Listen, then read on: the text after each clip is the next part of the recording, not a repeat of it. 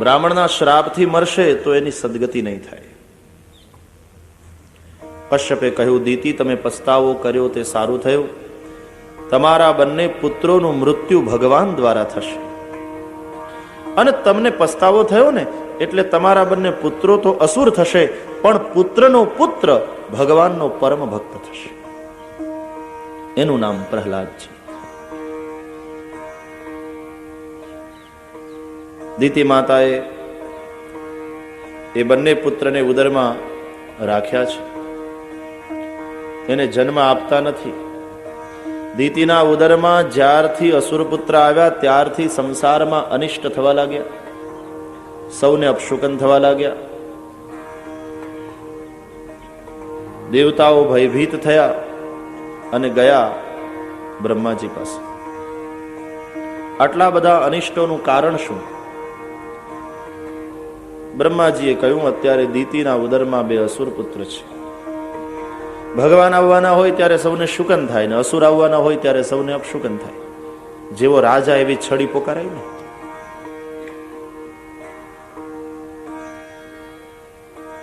દેવતાઓએ પૂછ્યું કે દીતિ માતાના ઉદરમાં એ બે અસુર પુત્ર આવ્યા ક્યાંથી? એ સમયે બ્રહ્માજીએ કહ્યું, મારા માનસ પુત્રો અને તમારા પૂર્વજો સનત કુમારો સનક, સનંદન, સનાતન અને સનત કુમાર, ચારે જણા નગ્ન દિગંબર, ઘણા બધા ઉંમરવાળા છે, પણ 5 વર્ષના બાળક જેવા દેખાય છે. પરમહંસ છે. વૈકુંઠમાં ગયા નારાયણના દર્શનની ઈચ્છાથી. પરમહંસ છે સનત કુમાર, દિગંબર છે, દેહ ભાવ મટી ગયો છે. પછી વસ્ત્ર પહેરે તોય શું, ન પહેરે તોય શું, લિંગ ભેદ જાતિ ભેદ છે નહીં. શરીરને જ જે આત્માનું વસ્ત્ર માને એ વસ્ત્રની માથે પાછું વસ્ત્ર શું ચડાવે? અને આપણે સારા સારા કપડા હોય તો એ પાડોશણની સારી સાડી જોઈ ગયા હોય આપણા કરતા વધારે તો ઈર્ષ્યા થાય.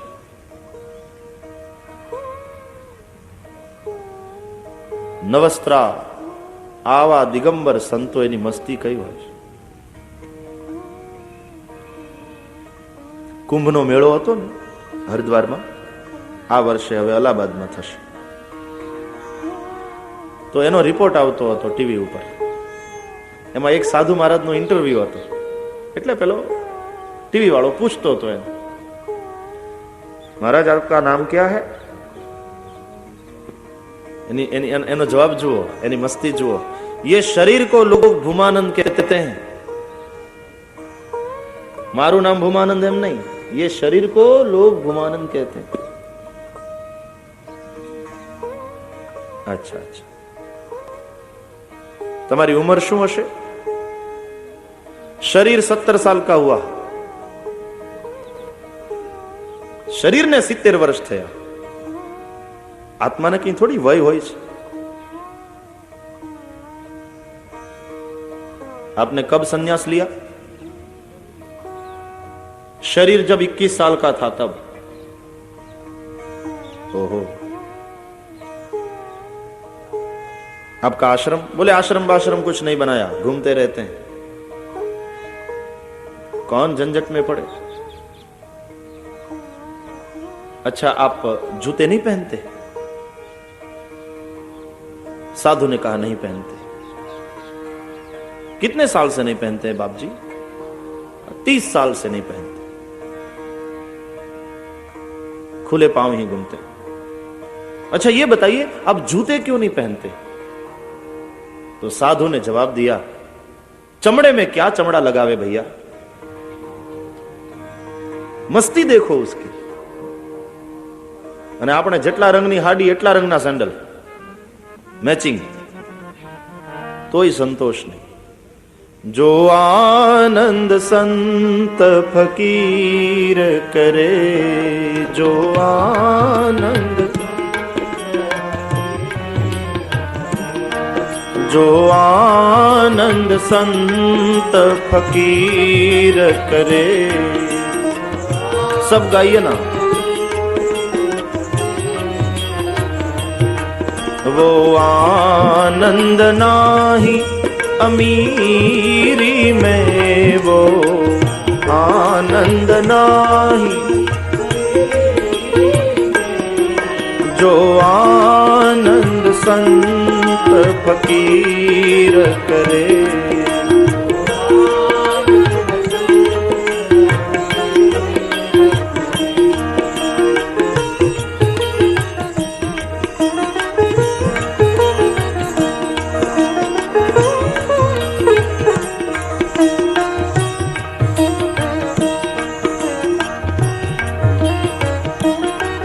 सुख दुख में समता साध रहे,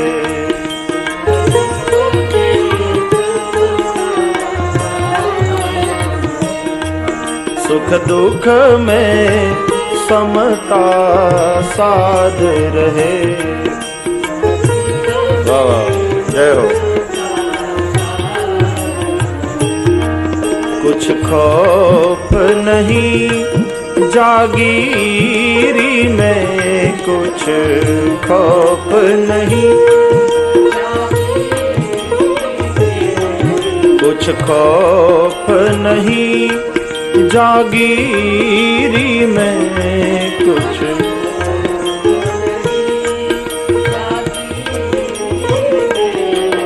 जो आनंद संत फकीर करे।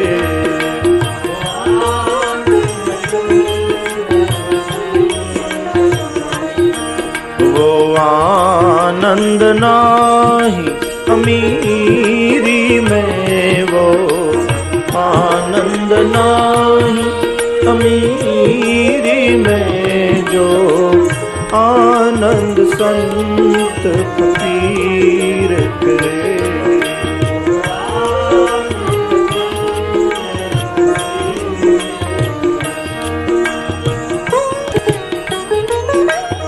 સંસારીને છેનોય સંતોષ નથી, સંતને નથીની મસ્તી છે। અભાવમાં આનંદ। તમે વિચાર કરો, આપણે આવા સંતોને સ્વામીજી કહીએ છીએ। સ્વામીજી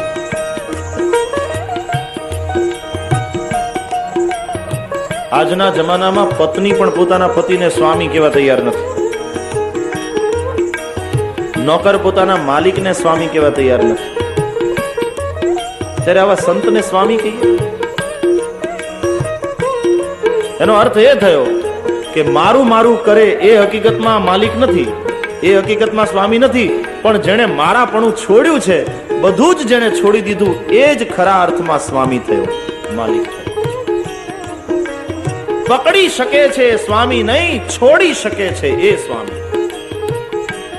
પકડે તો ખરો માણસ, પણ આજે મારું જ્યારે એમ બોલે ત્યારે તમે વસ્તુને પકડી છે એમ નહીં માનજો, વસ્તુએ તમને પકડ્યા છે। तुम गुलाम हो, बता रहे हो अपने आप को मालिक। जो छोड़ सकता है वही हकीकत में मालिक, स्वतंत्र है। छोड़ने के लिए भी, वो पकड़ने के लिए भी स्वतंत्र होता है, लेकिन छोड़ने के लिए जब तक तुम स्वतंत्र नहीं बनोगे तब तक पकड़ने से तो बंधन में ही आओगे। जेने બધું છોડ્યું, જેને બધું ત્યાગ્યું, એ જ હકીકતમાં સ્વામી, એ જ હકીકતમાં માલિક, એ જ હકીકતમાં વંદનીય। संतों की बातें बड़ी निराली होती। चमड़े में चमड़ा क्या लगावे भैया, जूते नहीं पहनते। सनत कुमार एवा परमहंस संतो छे। नग्न दिगंबर भगवानना दर्शननी इच्छाथी वैकुंठ गया। 7 दरवाजा, 6 दरवाजा गया, 7में दरवाजे जय विजय रोके छे। भगवत दर्शन माटे जे द्वार पसार करवाना होय छे, एमांथी 7 द्वार तो बधा पसार करी जाए, काम, क्रोध, लोभ, मद, मोह, मत्सर वगैरह, पण 7में द्वारे सौ अटके छे। ए कीर्तिनुं द्वार छे। स्वदेशे ख्याति ए जय अने आंतरराष्ट्रीय प्रख्याति ए विजय। સાધના કરતા કરતા એક ભૂમિકા એવી આવે કે માણસ કામને છોડે, ક્રોધને છોડે, લોભને પણ છોડે, મદ મોહ અને મત્સરને પણ છોડે, પણ હજી કીર્તિનો દરવાજો એ ઓળંગ્યા ન હોય. જય વિજય અટકાવે છે. ખ્યાતિ અને જય વિજય સનતકુમારોની ભૂમિકાનો વિચાર કરતા નથી. એણે તો કાયદા પ્રમાણે કામ કર્યું. ભગવાનને મળવા આવવું હોય તો આ કઈ રીત છે? સાવ નગ્ન, વસ્ત્રવિહીન. આજે મિનિસ્ટરને મળવા જવું હોય તો કેટલા વ્યવસ્થિત થઈને જવું પડે છે. ઇસ્ત્રી વાળા કપડા, બટન તૂટેલા હોય તે ન ચાલે, મેલા ઘેલા કપડા ન ચાલે. દ્વારપાળોએ અટકાવ્યા, પણ એ સમજ્યા નહીં કે આની કેટલી ઊંચી ભૂમિકા છે. इसलिए દિગંબર અટકાવ્યા અને ક્રોધ કરીને સનતકુમારોએ શ્રાપ આપ્યો, ભગવાનના અમારી આવી દેહ બુદ્ધિ, जाओ देह बुद्धि वाला असुर था. असुरों की देह बुद्धि होती, શરીરને જ હું માની અને ભેગું કરવામાં અને ભોગવવામાં જીવનને વેડફે અસુર. અસુષુ રમંતે ઇતિ અસુરા. અસુ એટલે પ્રાણ, એમાં જ જે રમે, ખાઓ પીઓ ને આનંદ કરો, એ જ જેનો જીવન મંત્ર, એ અસુર. અસુર એટલે એને કઈ પૂછડું ના હોય, મોટા મોટા દાંત ના હોય, એ તો મજાનો ખાદીના ધોળા ઇસ્ત્રી વાળા કપડામાં હોય.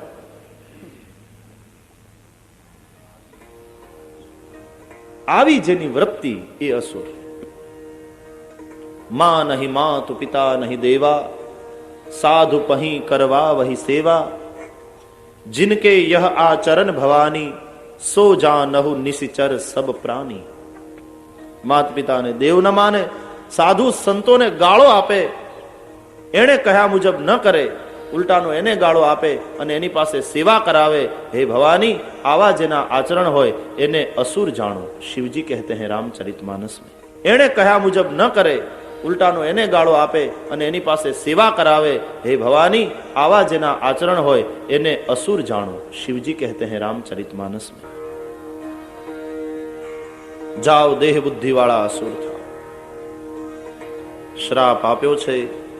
જય વિજય કાંપી ગયા. એ જ સમયે ભગવાનને ખબર પડી સંતો આવ્યા છે મારે ત્યાં. ભગવાન તો માન દેનારા છે, સ્વયં અમાની છે. વિષ્ણુ સહસ્ત્ર નામમાં ભગવાનના નામ આવે છે. અમાની માન દો માન્યો લોક સ્વામી ત્રિલોક દ્રુક. સ્વયં અમાની છે, અન્યને માન દેનારા છે. ભગવાન તુરંત સ્વાગત માટે બહાર આવ્યા છે. આકૃતિ અનુસાર ભાવ થઈ જાય.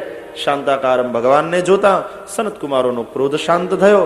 ભગવાને સનતકુમારોનું વાણી દ્વારા સ્વાગત કર્યું. પધારો ઋષિઓ, હું આપની ક્ષમા માંગુ છું કે મારે ઘરે મારા દ્વારપાળો દ્વારા આપનું અપમાન થયું.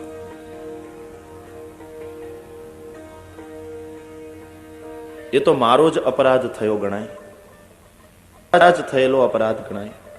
ઋષિઓ, આપ તો ક્ષમાશીલ છો, અનુગ્રહ કરો આ લોકોના ઉપર. સનતકુમારોએ શાપાનુગ્રહ કરતા કહ્યું, વેર ભાવે જો ભગવાનને ભજે તો 3 જન્મે મુક્તિને પામે, અને નહીં તો 7 જન્મે. વેરમાં તન્મયતા વધારે હોય છે.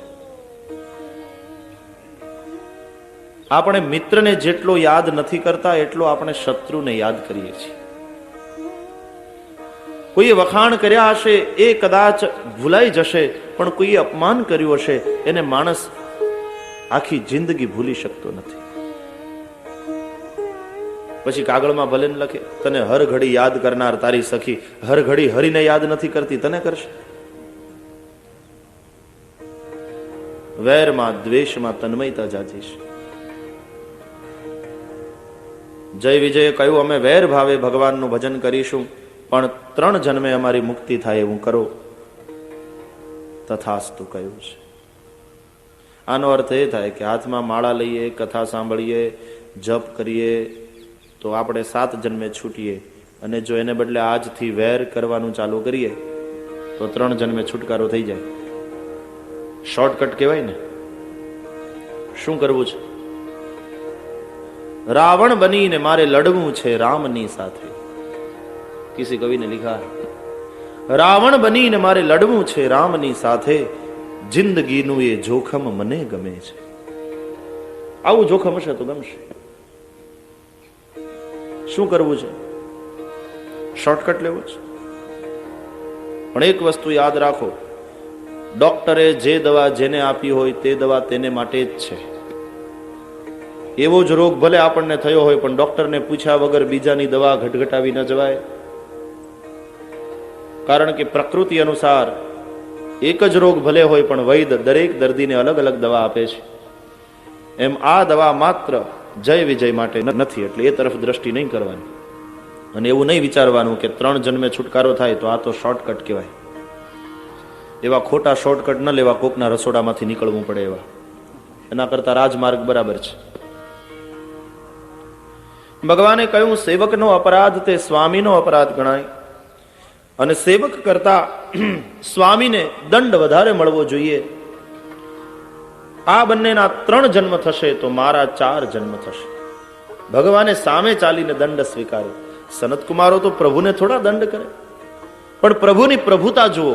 એમણે સામે ચાલી દંડ સ્વીકાર્યો. લઘુતા સે પ્રભુતા બઢે, પ્રભુતા સે પ્રભુ દૂર. અન્યને મોટાઈ આપે એ મોટો છે, પોતાને મોટો ગણે એ ખોટો છે. રામકૃષ્ણ પરમહંસના 2 શિષ્યોમાં ઝઘડો થયો. એક કહે હું મોટો, બીજો કહે હું મોટો, અને ઝઘડો આવ્યો ઠાકુર પાસે. બતાઈએ ગુરુદેવ, અમારા 2 માંથી મોટું કોણ? અને ગુરુદેવે તુરંત કહ્યું એ તો બહુ સીધું છે, જે બીજાને મોટો ગણે એ મોટો. અને હવે ઝઘડો ચાલુ થયો, તું મોટો. પેલો કહે નહીં નહીં, તું મોટો. અન્યને મોટાઈ આપે એ જ મોટો છે. અને વાત એ સાચી છે, આપણી પાસે જે હોય તે જ આપણે બીજાને આપી શકીએ ને. આપણી પાસે મોટાઈ હોય તો આપણે બીજાને મોટાઈ આપીએ, આપણી પાસે તુચ્છતા હોય તો બીજાને આપણે તુચ્છ ગણીએ. પતિદેવ બહાર નીકળ્યા, ખાઈ પી જમી કારવી, હાથમાં ઓફિસે જવા. ત્યાં ઉમરામાં આવીને દેવી ઉભા રહ્યા. 50 રૂપિયા દ્યો તો. એટલે પેલો ખીજાણો કે હું ઓફિસે જવા તૈયાર થઈને નીકળ્યો નથી ને તું દરરોજ ઉમરામાં દરવાજામાં આવીને ઊભી રહી નથી. કોક દી 25 આપો તો, કોક દિવસ 50 આપો તો, કોક દિવસ 100 આપો તો, દરરોજ રૂપિયા માગે છે. એ અક્કલ માગ, તને અક્કલની જરૂર છે. તો પત્નીએ એટલું કહ્યું કે અમારે તો તમારી પાસે જે હોય એ મગાય ને. આનો જે અર્થ થાય એ કરવાની છૂટ છે.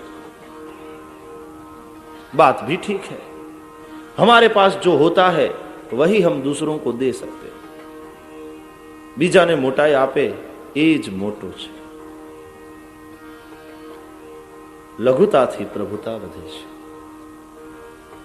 ભગવાને સ્વયં દંડ સ્વીકાર્યો.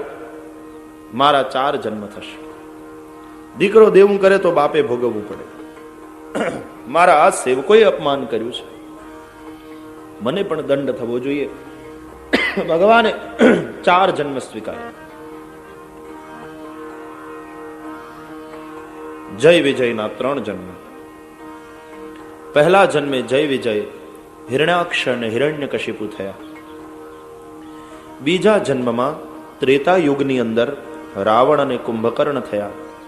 ત્રીજા જન્મમાં દ્વાપરના અંતમાં શિશુપાલ અને દંતવક્ત્ર થયા. તો ભગવાનના 4 જન્મ થયા. હિરણ્યાક્ષને માર્યો ભગવાન વરાહે, હિરણ્યકશિપુને માર્યો ભગવાન નૃસિંહે, રાવણ કુંભકર્ણને માર્યા શ્રી રામજીએ, શિશુપાલ દંતવક્ત્રને હણ્યા શ્રી કૃષ્ણે. આમ વરાહ, નૃસિંહ, રામ અને કૃષ્ણ ભગવાનના 4 અવતાર થયા. પ્રસંગની પરાકાષ્ઠા ત્યાં છે કે સનતકુમારોએ વિચાર કર્યો, જય વિજયને દંડ મળ્યો, ભગવાને સ્વયં દંડ સ્વીકાર્યો, ત્યારે આપણે સંતો થઈ અને ક્રોધ કર્યો અને એ પાછો વૈકુંઠમાં, આપણે નહીં. અને ભગવાન એવા દયાળુ છે, એ આપણને એવા પૂજ્ય ભાવે અને આદરથી જુએ છે કે એ તો આપણને દંડ નહીં કરે, પણ આપણું મહત્વ એમાં છે કે આપણે સ્વયં દંડ સ્વીકારીએ. આ બંનેને અસુર થવાનો શ્રાપ આપ્યો છે, તો હવે એના કલ્યાણ માટે આપણે 1 જન્મ એના વંશમાં લઈશું. અને તેથી એ સનતકુમાર જ પછી પ્રહલાદ બનીને આવ્યા. આવો સંતોનો મત છે. બ્રહ્માજીએ આ વાત દેવતાઓને સંભળાવીને કહ્યું કે સનત કુમારોના શ્રાપથી શ્રાપિત ભગવાનના એ બંને દ્વારપાળો જય અને વિજય અત્યારે માતા દીતીના ઉદરમાં છે. તમે ચિંતા ન કરો, ભગવાન એને મારશે. દેવતાઓ વિદાય થયા. માતા દીતીએ બે પુત્રોને જન્મ આપ્યો, હિરણ્યાક્ષ અને હિરણ્યકશિપુ. શ્રીમદ ભાગવતમાં એવું લખ્યું છે, જન્મતાની સાથે બંને વધવા લાગ્યા. એવા વધ્યા આકાશને વાદળને અડવા લાગ્યા. કથા બુદ્ધિગમ્ય લાગે છે? આટલું કોઈ વધે? અને એવી રીતે વધે તો કેટલી મુશ્કેલી થાય. માં ઘોડિયામાં સુવડાવે ત્યાં ઘોડિયું ફાડીને બહાર, ઘરમાં બેસાડે તો છાપરું તોડીને બહાર. કદાચ એને આ સ્કૂલના મેદાનમાં ઉભો રાખી દેવામાં આવે, વધ્યા જ કરે, વાંધો ના આવે એમ. તો કપડાનું શું? દરજી માપ લઈને જાય, ચડ્ડી સીવીને આવે, ત્યાં પાછી ટૂંકી પડે. ત્યાં સમાધિ ભાષા છે, ત્યાં મર્મ છે. હિરણ્યાક્ષ અને હિરણ્યકશિપુ એ બંને લોભનું પ્રતીક છે. અને લોભ આવી રીતે જ વધે. જેમ જેમ લાભ વધે તેમ તેમ લોભ વધે. જીમી પ્રતિ લાભ લોભ અધિકાય. આપણે લાભ અને શુભ બંને લખીએ છીએ દરવાજે. લાભ તો થજો, પણ અમારું શુભ પણ થજો. કે લાભ થાય એ પછી લોભ ન થાય તો શુભ થાય. એટલે એકલું લાભ નથી લખાતું, શુભ પણ લખાય. લાભ શુભ. હિરણ્યાક્ષ સંગ્રહ વૃત્તિ લોભ છે, ભેગું કરવાનો લોભ. હિરણ્યકશિપુ ભોગ વૃત્તિ લોભ છે. આ બંને લોભ એ પાપના પિતા છે. લોભને કારણે પાપ થાય છે. લોભને થોભ નહીં કહેવત છે. આકાશને અડવા લાગે. ત્યારે હિરણ્યાક્ષ એ સંગ્રહ વૃત્તિ લોભ છે. સંગ્રહ વૃત્તિ લોભ છે, બધું મારું મારું મારું કરીને બધું ભેગું કરે. તે ભગવાન વરાહ જ્યારે પૃથ્વીને લેવા આવ્યા ત્યારે હિરણ્યાક્ષ ત્યાં ગયો અને મારું મારું કરવા લાગ્યો. એ ભૂંડ, મૂકી દે, આ પૃથ્વી તો મારી છે. ભગવાને કહ્યું, અલ્યા તારું નામ લખ્યું છે ક્યાંય? મારું મારું કરવા લાગ્યો. ભગવાને વિચાર કર્યો, આ બહુ મારું મારું કરે છે ને, લાવ એને મારું. અને માર્યો. બતાવ્યું પૃથ્વીને બહાર કાઢતી વખતે કે આ પૃથ્વી દ્વારા જે કંઈ પાકે રહેવા માટે છે, અનાજ આપશે, ફળ આપશે, પણ જે મારું મારું કરશે એ મરશે.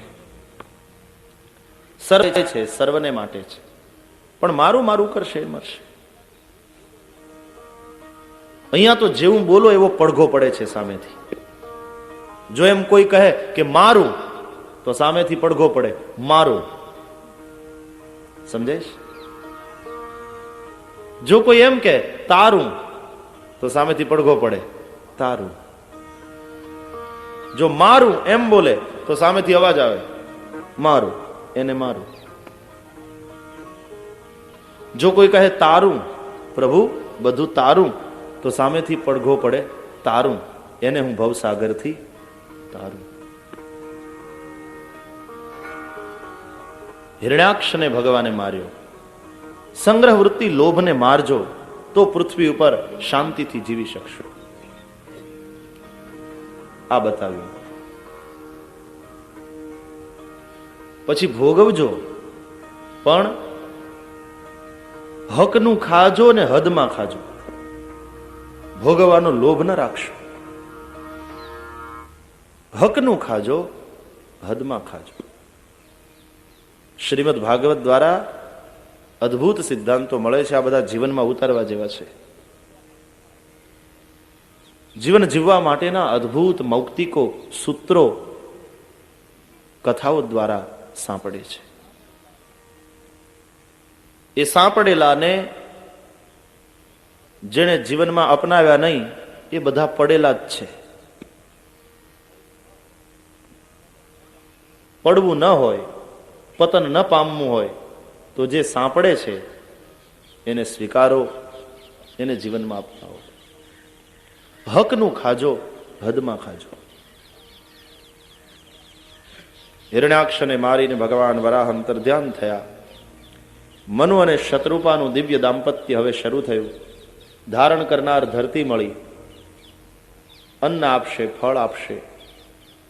મનુ શત્રુપાના દિવ્ય દાંપત્યના યોગે એમને 3 પુત્રી અને 2 પુત્ર થયા. આકુતિ, દેવહૂતિ અને પ્રસૂતિ 3 પુત્રીઓ છે.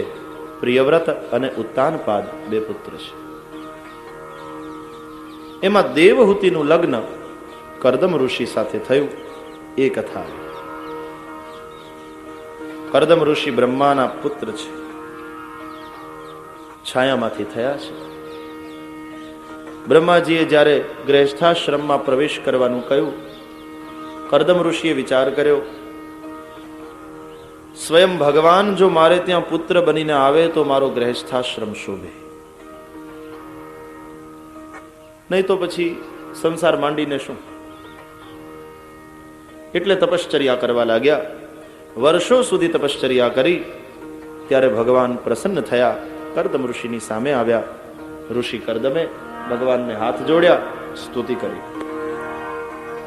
જોષ્ટંબતાદ્યાખિલ સત્વરાશે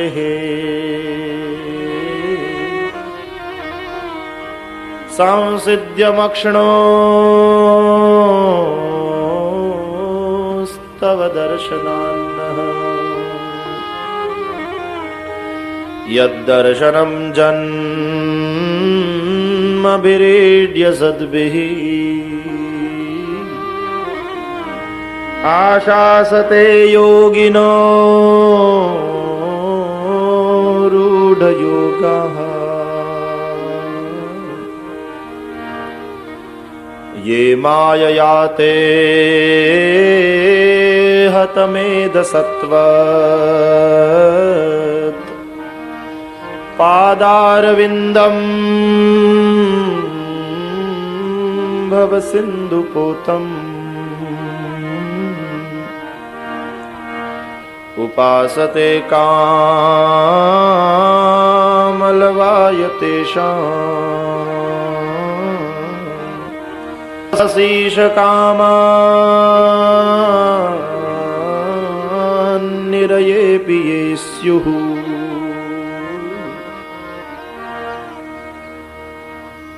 ભગવાનની સ્તુતિ કરતા કર્દમ ઋષિ કહે છે, હે નારાયણ, આપના ચરણ એ નૌકા સમાન છે. પાદાર વિંદમ ભવસિંધુ પોતમ. ભવસાગરને જેને તરવો છે એ આપના ચરણારવિંદ રૂપી નૌકાનો આશ્રય કરે છે. સ્તુતિ કરતા કરતા આર્દ્ર બનેલા કર્દમ ઋષિની આંખમાંથી અશ્રુ પડ્યા. એ અશ્રુના બિંદુમાંથી બિંદુ સરોવર થયું. ગુજરાતની અંદર મોટામાં મોટા 2 સરોવર બહુ મહત્વવાળા હતા, જેનું પૌરાણિક મહત્વ ઘણું છે. એક બિંદુ સરોવર સિદ્ધપુરમાં અને બીજું નારાયણ સરોવર કચ્છમાં. એક ભક્ત ભગવાનની સ્તુતિ કરતો હોય ને એ સમયે ભાવાર્દ્ર બનેલા એ ભક્તની આંખમાંથી ખરી પડેલું અશ્રુ જેટલું પવિત્ર છે એટલું પવિત્ર બિંદુ સરોવરનું જળ છે. ભાવાર્દ્ર બની અને ભગવાનનું ભજન કરતા ભક્તની આંખમાંથી વહેતા અશ્રુમાં એના પાપ ધોવાય છે, એ વિશુદ્ધ બને છે. બિંદુ સરોવર સ્નાન કરનારો વિશુદ્ધ બને છે. ભગવાનની સ્તુતિ કરી. નારાયણ અંતર્યામી છે. ભગવાન જાણી ગયા કે આ ઋષિને કઈ ઈચ્છા છે, હું એને ત્યાં પુત્ર બનું. વરદાન આપતા ભગવાન વધ્યા, ઋષિ, આજથી 3જે દિવસે તમારા આશ્રમમાં એક રથ આવશે. એ રથ આવશે અને તમારો મનોરથ સફળ થશે. એમાંથી રાજા, રાણી અને રાજકુમારી 3 ઉતરશે. એ રાજકુમારીનું તમે પાણી ગ્રહણ કરજો. એનું નામ છે દેવહૂતિ. એ દેવને બોલાવનારી છે. હું તમારે ત્યાં પુત્ર બનીને આવીશ સાંખ્ય શાસ્ત્રના પ્રચાર અને પ્રસાર માટે. ભગવાન અંતર ધ્યાન થયા. ઋષિ આશ્રમમાં ભગવાને કીધેલા સમયની રાહ જોવા લાગ્યા. ઠાકોરજીએ કીધેલો સમય આવ્યો અને આશ્રમમાં એક રથ આવ્યો. રથમાંથી રાજા રાણી અને રાજકુમારી ત્રણેય ઉતર્યા. ઋષિને વંદન કર્યા. અતિથિના સ્વાગત માટે ઋષિએ 3 આસન આપ્યા. રાજા રાણી મનુ અને શત્રુપા ઋષિને વંદન કરી આસન ઉપર બિરાજ્યા. પણ દેવહૂતિએ વિચાર કર્યો, મારા માતા પિતા આમની સાથે પરણાવવા માટે મને અહીંયા લઈ આવ્યા છે. હું આમની સેવા કરવા આવી છું. એમણે આપેલા આસન ઉપર બેસું તો મેં સેવા કરાવરાવી ગણાય. હું સેવા કરવા આવી છું, કરાવવા નહીં. પણ જો ન બેસું તો એમની આજ્ઞાનું ઉલ્લંઘન થયું ગણાય. કારણ કે એમણે આસન આપ્યું એનો અર્થ આજ્ઞા કરી અહીંયા બિરાજો. ઋષિ પરીક્ષા કરે છે. પરીક્ષા તો એ જમાનામાં થતી અને કરવી જ જોઈએ ને વળી. આ કઈ ખેલ થોડો છે. મેળ જામવો જોઈએ. પરીક્ષા થવી જોઈએ. પણ પરીક્ષા કેવી રીતે કરવાની એની પદ્ધતિ જોજો. એકબીજાને પ્રશ્નો થાય, છેલ્લું કયું જોયું તું ને તમે કોણ? માથાકૂટ મૂક. રોટલા ઘડતા આવડે છે કે નહીં એ પૂછ. નહીં તો ભૂખ્યો મરી જાય. હોટલનું ખાઈ ખાઈને હોસ્પિટલમાં જઈશ. એને પૂછ, મારા મા બાપને હાંચવીશ?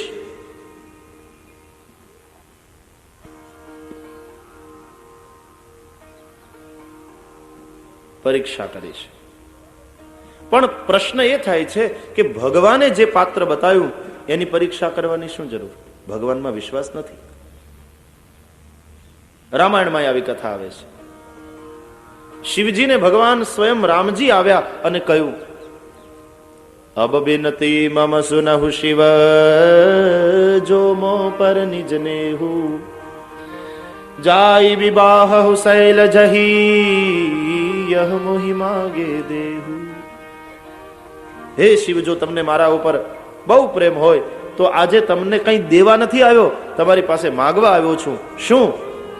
હિમાચલની પુત્રી શૈલજાની સાથે, પાર્વતીની સાથે તમે લગ્ન કરો.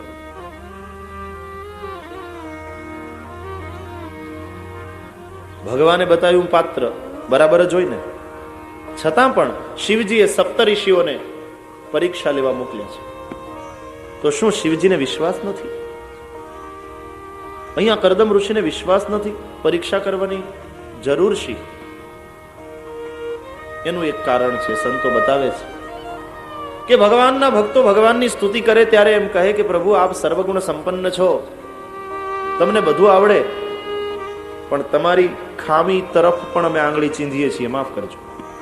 પ્રેમી હોય ને એ દોષ પણ બતાવે. વખાણ જ કર્યા કરે ને એને વેરી માનજો. તમારી ખામી તરફ પણ અમે જરા આંગુલી નિર્દેશ કરીએ છીએ. બધું આવડે પણ એક વસ્તુ ના આવડે. શું? કે માણસ પારખતા ના આવડે. કેમ? કે માણસને પારખવો હોય તો એના ગુણ પણ જોવા જોઈએ, તો સાથે સાથે દોષ પણ જોવા જોઈએ. અને દોષ તો ખાસ જોવા જોઈએ. દીકરાનો સંબંધ કરવો હોય પછી કન્યા જોવા જાય તે સાસુ દોષ ખાસ જોવે, એને હલાવે, પગે કઈ ખામી નથી ને, એના રૂપ રંગને જુએ, એને પરાણે બોલાવે, તોતડી બોબડી તો નથી, રસોઈ કરાવે, બરાબર આવડે છે ને. બને ત્યાં સુધી દોષને શોધવાની કોશિશ કરે.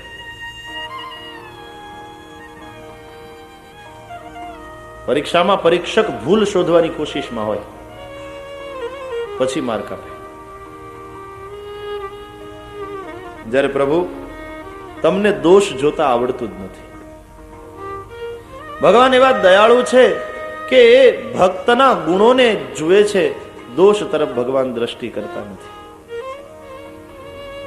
સારું છે, એટલા માટે જ આપણા જેવા ખોટા સિક્કા ચાલી જઈએ છીએ. પ્રભુની આ કરુણા છે. તો નારાયણ, તમે દોષદર્શી તો છો જ નહીં, તમે તો ગુણ ગ્રાહક છો.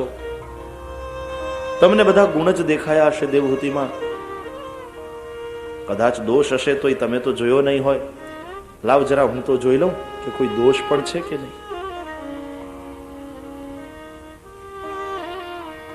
દેવહૂતિ માતા આસન ઉપર ન બેસતા આસનને વાળી અને નીચે આસન ઉપર પોતાનો વરદસ્ત પધરાવ્યો. ઋષિના વદન ઉપર પ્રસન્નતા છવાણી. વાહ વાહ, પાત્ર યોગ્ય છે. આગમનનું કારણ પૂછ્યું. મનુ શત્રુપાએ કહ્યું, મહારાજ, અમારી પુત્રી દેવહૂતિ લગ્ન યોગ્ય થઈ છે. આપ યોગ્ય વર છો, એનું પાણી ગ્રહણ કરો. કર્દમ ઋષિએ કહ્યું, રાજા, એક સ્પષ્ટતા કરું. તમારી દીકરી છે રાજકુમારી ને હું રહ્યો જંગલમાં રહેનારો ઋષિ, પર્ણકુટીમાં રહેનારો, કંદમૂળ ફળ ખાનારો. તમારી દીકરી રાજમહેલમાં ઉછરીને મોટી થઈ છે. એને અહીંયા ફાવશે? એને કંદમૂળ ફળ ભાવશે? કહ્યું છે રાજા મનુએ, મહારાજ, અમારી પુત્રી ભલે રાજકુમારી રહી, પણ રાજમહેલના સુખોમાં પણ એ બહુ સાદાઈથી રહી છે. નાનપણથી ભગવદ ભક્તિ કરે છે. એના લગ્નની અમે તૈયારી કરી ત્યારે એણે જ અમને સ્પષ્ટ કહ્યું કે યા તો મારા લગ્ન ન કરો, અને જો કરવા હોય તો કોઈ વિલાસી રાજકુમાર સાથે મારા લગ્ન કરવાને બદલે કોઈ સંયમી ઋષિ સાથે મને પરણાવો, જેથી કરી મારું ભજન પણ ચાલુ રહે. તેથી અમે એને આપની પાસે લઈ આવ્યા છીએ. સારું. એક બીજી સ્પષ્ટતા. વ્યવહારમાં સ્પષ્ટ રહેવું સારું. પાછળથી દુઃખ થાય એના કરતા વ્યવહારમાં બહુ ચોખ્ખું રહેવું સારું. એક બીજી સ્પષ્ટતા. એક પુત્ર થાય એ પછી હું સંન્યાસ લઈશ. પછી તમને ને તમારી દીકરીને એમ નહીં થવું જોઈએ કે બાવા થઈ જવું તું તો પરણ્યા શું કરે. મારું જીવન ભગવત ભજન માટે છે. આ વાત તો એવી હતી કે મા બાપે દીકરીની સામે જોવું પડે. પુત્રીની સામે જોયું. દેવહૂતિ માતા નીચું મુખ રાખી અને મૌન રહ્યા. મૌનમ સ્વીકૃતિ લક્ષણમ. મૌન કા અર્થ હૈ સ્વીકાર. મહેમાન જમતા હોય ને આપણે એમ કહીએ શીરો આપું, અને મહેમાન મૂંગા રહે તો એનો અર્થ થાય હા પધરાવો. નહીં જોતો હોય તો ના પાડશે, પણ જો મૂંગા રહે, ઘણા શરમાય બિચારા, હા ન પાડી શકે, પણ જો મૂંગા રહે તો એનો અર્થ હા કરવા. પણ સામે વાળાને મૂંગું વ્રત હોય તો સાંભળવાનું. મૂંગું જમતા હોય તો પછી બરાબર સમજીને આપવાનું. દેવહૂતિ મૌન રહ્યા. એ મૌનમાં સ્વીકાર હતો. મનુ મહારાજે કહ્યું, ભલે બાપજી, અમને અને અમારી પુત્રીને કબૂલ છે. વિધિપૂર્વક લગ્ન કર્યું, કન્યાદાન કર્યું. ઘણા લોકો વિરોધ કરે છે, કન્યા એ કઈ કોમોડિટી છે, દાનમાં આપી દેવાની ચીજ છે, એનું પોતાનું વ્યક્તિત્વ છે. પણ કન્યાદાન શબ્દ પિતાને માટે બહુ યોગ્ય છે. બીજા બધા એવા દાન છે કે એ દાન આપીને દાની અભિમાની બને. આ કન્યાદાન એવું છે કે નમ્ર બનીને એ માણસ આપે છે. રડતો રડતો આપે, બિચારો થઈને આપે. તમે જોયો છે દીકરીના બાપને લગ્નમાં કેવો બિચારો લાગે. આ દાન એને નિરાભિમાની બનાવે છે, એના અહંકારને તોડે છે. વિધિપૂર્વક પાણી ગ્રહણ કર્યું. લગ્ન સંસ્કાર થયો. લગ્ન સંસ્કાર છે. આ ઋષિઓનો દેશ છે. અહીંયા ગમે તેમ જીવાય નહીં, સંસ્કાર થાય. ગર્ભાધાન સંસ્કારથી માંડીને માણસ મરે ત્યારે અગ્નિ સંસ્કાર. આ સંસ્કારથી ગર્ભની શુદ્ધિ થાય. જાત કર્મ સંસ્કાર, નામકરણ સંસ્કાર, બહિર્નિષ્ક્રમણ સંસ્કાર, અન્નપ્રાશન સંસ્કાર, મુંડન સંસ્કાર, યજ્ઞોપવિત સંસ્કાર, વાકદાન સંસ્કાર, વેવિશા લગ્ન સંસ્કાર. સંસ્કારોને આપણે ભૂલ્યા છીએ એટલે છોકરાઓમાં સંસ્કાર આવતા નથી. પછી ચિંતા કરીએ છીએ. સંસ્કાર થતા જ નથી.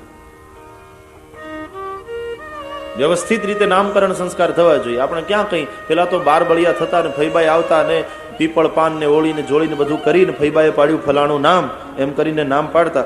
હવે તો ફઈબાને કોણ પૂછે છે? ફૈબા રાષ્ટ્રપતિ જેવા થઈ ગયા. પ્રધાનમંત્રી જે કઈ નિર્ણય લે એના ઉપર રાષ્ટ્રપતિએ સિક્કો ને સહી કરી દેવાની. એમ છોકરાના મમ્મી ને પપ્પા જે નામ નક્કી કરે ફૈબાએ એના ઉપર સંમતિનો શેરો મારી દેવાનો. ફૈબા હેઝ નો પાવર. પાવર વગરની થઈ ગઈ છે ફૈયો.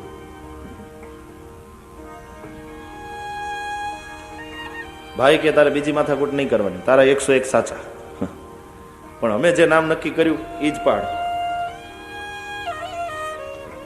અમે તારો પાડ માનશું.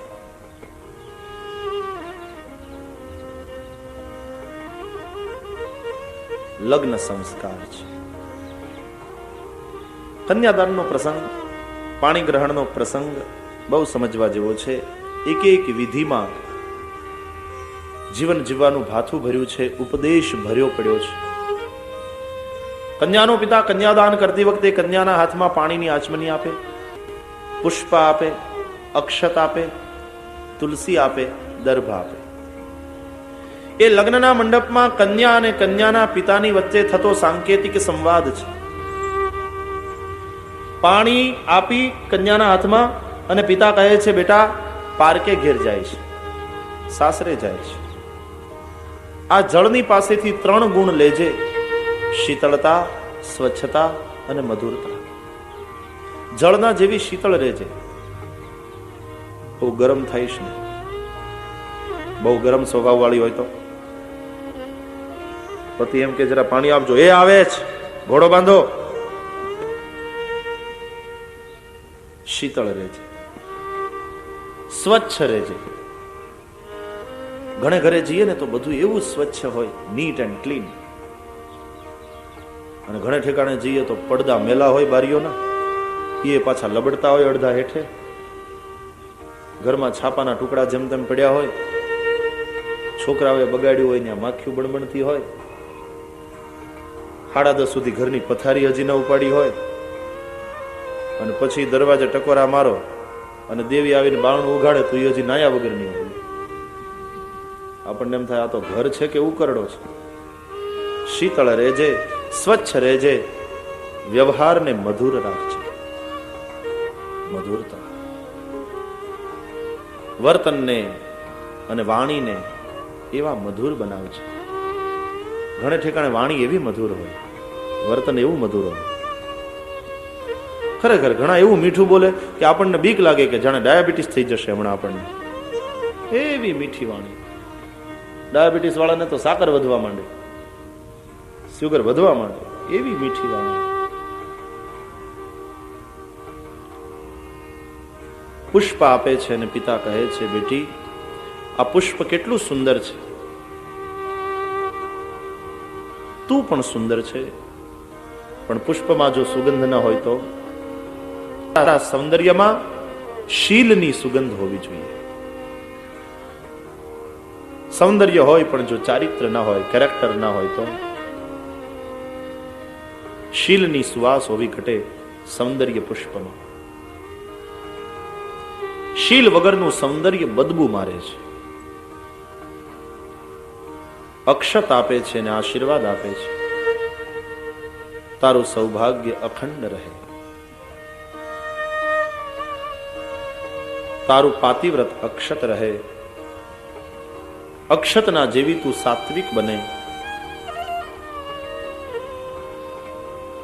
તુલસી આપે છે અને સમજાવે છે. આ તુલસી જેવા શ્રી હરિને પ્રિય છે એવી તું તારા પતિને પ્રિય થશે. પતિના પ્રેમને જીત્યો તો જ તારું જીવવું સફળ. પતિને ન જીતી શકે અન્યને શું જીતી શકે? દર્ભ આપે છે અને કહે છે વિધિપૂર્વક કન્યાદાન કર્યું. પિતા સંપત્તિનો દાયજો આપે, માતા સંસ્કારનો દાયજો. દાયજ આપી દેવહૂતિ ઋષિને સોંપી મનુ અને શત્રુપા વિદાય થયા. દેવહૂતિ માતાએ પોતાના પતિ કરદમની સેવામાં મન લગાડ્યું. પિતૃભ્યામ પ્રસ્થિતે સાધ્વી પતિમ ઇંગિત કોવિદા નિત્યમ પર્યચરત પ્રીત્યા ભવાનીવ ભવમ પ્રભુ. ભવાની જેમ ભવમ શિવમ, શિવની સેવા કરે એમ દેવહૂતિ કરદમની સેવા કરવા લાગી. જે ગુણો વડે માતા દેવહૂતિએ પોતાના પતિને પ્રસન્ન કર્યા એ ગુણો સમજવા જેવા છે. એનું વર્ણન ભાગવતમાં મૈત્રેય ઋષિએ કર્યું છે. આ ગુણો જગતની દરેક સ્ત્રી જીવનમાં ઉતારવા જેવા છે. કયા ગુણો વડે જીત્યા? સેવાથી. નિત્યમ પર્યચરત, પ્રીતિથી સેવા કરે. મોઢું મચકોડીને નહીં, પ્રીત્યા, પ્રીતિથી પતિની સેવા કરે છે. બીજું, સાધ્વી છે, પતિને જ પરમેશ્વર માનનારી છે, એની સેવાને જ સાધના ગણનારી છે. એકઈ ધર્મ એક વ્રત નેમા, કાય વચન મન પતિપદ પ્રેમા. પતિમ ઇંગિત કોવિદા છે. પતિની જરૂરિયાતોને ઈશારા માત્રથી સમજનાર. માગવું ન પડે, પેલા એ કહેવું ન પડે. ઉઠે એટલે દાંતણ તૈયાર જ હોય. દાંતણ કરી લે એટલે લોટામાં પાણી આવે. એ કરી લે એટલે નાવાનું તૈયાર હોય. નાહી ધોઈ લે એટલે કપડાં તૈયાર જ હોય. એ કરે એટલે ચા તૈયાર જ હોય. એ પી લે એટલે પૂજાનું તૈયાર જ હોય, જો કરતો હોય તો. પતિની જરૂરિયાતોને ઈશારાથી સમજનાર.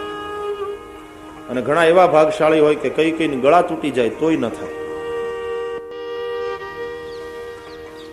વિશ્રંભેણ, વિશ્વાસથી. દાંપત્યમાં પરસ્પર વિશ્વાસ હોવો જોઈએ. જેના દાંપત્યમાં વિશ્વાસ નથી એના દાંપત્ય નિશ્વાસ નાખે છે. આત્મશૌચેન, જાતને પવિત્ર રાખવાનું. તન અને મન એ બંનેને પવિત્ર રાખે. ગૌરવેણ, પતિને માટે ગૌરવનો અનુભવ કરે. લગ્નના મંડપમાં જે લગ્ન ગીતો ગવાય ત્યાંથી જ ગૌરવ લેતા શીખવાડે છે કન્યાને એની સખીઓ. લગ્ન ગીતો એટલા સરસ છે, બહુ સમજવા જેવા છે. ત્યાંથી જ એને શીખવાડે. પેલું આવે છે ને માંડવામાં પેલું મંગલ વર્તાય, મંગલનું ગીત છે. અને એમાં પાછું છેલ્લે આવે કે હવે કંસાર પીરસાયો છે. માંડવામાં વર કન્યા એક આસન ઉપર બેઠા, કંસાર જમ્યા. પછી સખીઓ પૂછે છે, લાડી તે તો શિયા શિયા તપ કી ધારે, લાડી તે તો શિયા શિયા તપ કી ધારે, તેને તપે આવારૂડા સસરા પામ્યા રે, તેને તપે. તેને તપે આવારૂડા સાસુ પામ્યા રે, તેને તપે.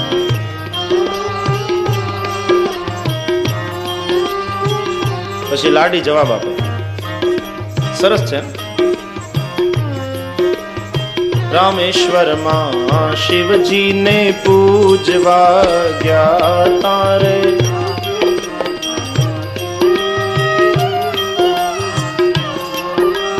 તેને તપે આવારૂડા સસરા પામ્યા રે. એને તપે મારી સાધનાના ફળ રૂપે આવા સરસ સસરા મળ્યા, આવા સરસ સાસુ મળ્યા, આવો સરસ પતિ મળ્યો અનુભવ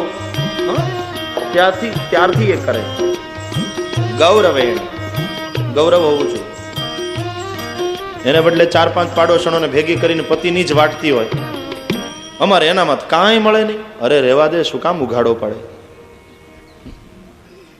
કુવા ઢાંકણ પાવઠો અને જગનું ઢાંકણ જાર, બાપનું ઢાંકણ બેટડો અને ઘરનું ઢાંકણ નાર.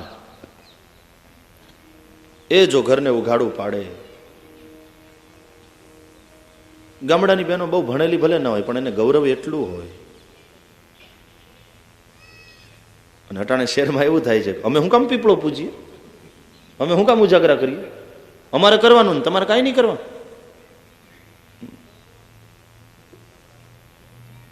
ગામડામાં એક બેન ઘરના ઓટલે બેઠી બેઠી અનાજ સાફ કરતી હતી. સુપડું હાથમાં અનાજ સાફ કરે છે અને એમાં એક જ્યોતિષી મહારાજ આવ્યા. કહ્યું કે બેન, જોશ જોડાવા છે? કહ્યું મહારાજ જ્યોતિષી છો? કહ્યું હા. કે લાવો તમારો હાથ હું જોઈ દઉં, તમારા હાથની રેખા અને તમારા જોશ જોઈ દઉં. તો એ બેને એમ કહ્યું કે મહારાજ, સામે ખાટલે બેઠા બેઠા હોકો પીવે છે ને, એના હાથની રેખા જુઓ, એના જોશ જુઓ. તો જ્યોતિષી મહારાજે ત્યાં દ્રષ્ટિ કરી. તૂટેલા ખાટલા ઉપર એક માણસ બેઠેલો, હાડપિંજર જેવું શરીર, વાળ દાઢી એના વધેલા હતા, હાડ બેસી ગયા હતા, ગાલ બેસી ગયેલા હતા, હોકો પીતો હતો, કપડાં ફાટેલા હતા, દરિદ્રતા ડોકા કાઢતી હતી. એની સામે જોઈ જ્યોતિષીને એમ થયું, આનો જોશ જોઉં તો રૂપિયો ન મળે. તો કહ્યું બેન, હવે અહીંયા તો દરિદ્રતા ડોકા કાઢે છે, એના જોશ શું જોઉં? એને બદલે તમારે જોવું હોય તો કહો, તમારા હાથની રેખા જોઈ અને હું તમારું ભવિષ્ય બતાવું. ત્યારે એ બેને જે જવાબ આપ્યો છે ગામડાની નારીએ કે મહારાજ, ભલે દરિદ્ર હોય પણ મારો તો ધણી છે. મારા પિતાએ લગ્નના મંડપમાં મારો હાથ જ્યારે એના હાથમાં મૂક્યો ત્યારથી મારા હાથની રેખાઓ ભૂસાઈ ગઈ છે. તમે મારી રેખા જોઈને શું મારું ભવિષ્ય કહેશો? હવે તો એના હાથની રેખા એ જ મારું ભવિષ્ય. આ સત્ય નારીનું છે. ગૌરવેણ દમેન છે. ઇન્દ્રિયોનું ને ઈચ્છાઓનું દમન. 500 રૂપિયાના પગારમાં પૂરું નથી થતું. પડોશણ ભલે નવી સાડી લઈ આવી, આપણે ક્યાં જીદ કરવી? એ પોતે કપડાં ફાટેલા પહેરીને ઓફિસે જાય. આવી સમજણ જેનામાં હોય, શુશ્રૂષયા, સેવા કરીને, કરાવરાવીને નહીં. ઘણા રસોઈ કરે પણ સાંભળ્યો, જરા ડબ્બો ઉતારી દેજો. ડબ્બો ઉતારી દે એટલે લોટો પાણી ભરી દો, પછી રોટલી કરતો. છોકરાને રમાડો ત્યાં સુધી. શુશ્રૂષયા, સેવા કરાવીને નહીં, કરીને. સૌહૃદયન, સહૃદયતા હોવી જોઈએ. સહૃદયતા એવી હોવી જોઈએ કે માથું પેલા ને દુખે ને દર્દ આને થાય. થાક્યો પાક્યો દુકાનથી આવે, માથું પકડીને બેઠો એટલે પૂછે શું થયું? પેલો કે માથું દુખે. એટલે એમ કે ગોળી આપું છું, લઈ લો. ચા બનાવી દઉં, પીને થોડી વાર સુઈ જાઓ, ઉતરી જશે. બામ ઘસી દઉં, એનું નામ સહૃદયતા કહેવાય. અને નહીં તો પેલો થાક્યો પાક્યો આવ્યો હોય, માથું ચડ્યું હોય, સોફામાં પડતું મૂકે, બે હાથે માથું પકડીને ઊંધે માથે બેઠો હોય અને છૂટા વાળ હારે જોગમાયા રસોડામાંથી દેખા દે, પ્રગટ થાય, ડોળા કાઢીને પૂછે શું થયું જ? અને પેલો કે માથું દુખે. દુખે જ ને, ખાટી બડા જેવી છાશ ખાધી, તમારે લૂલી ઉપર કાબુ છે? પેલા ને વધારે ચાહકા ઉઠે કે બીજું કઈ? સહૃદયન વાચા મધુરયા, વાણી મધુરી હોવી જોઈએ. એ બબલાના બાપ, ઉઠ, આધી માથે આવ્યો, એમ નહીં. એવા પ્રેમથી જગાડવા જોઈએ. કોઈ નવેલી પતિ કો જગાવે, જાગો ઉઠો ઉઠો. ભોર ભાઈ ભગવાનનું નામ લેતા લેતા ઉઠો. પોતે નાઈ ધોઈને આવી હોય અને પછી ઉઠાડે પ્રેમ. ઓલાનો દી સુધરી જાય. નહીં તો જે ગોદડું ઓઠ, સફાળો બિચારો બેઠો થઈ જાય પથારીમાં. આ વાવાઝોડું ક્યાંથી આવ્યું?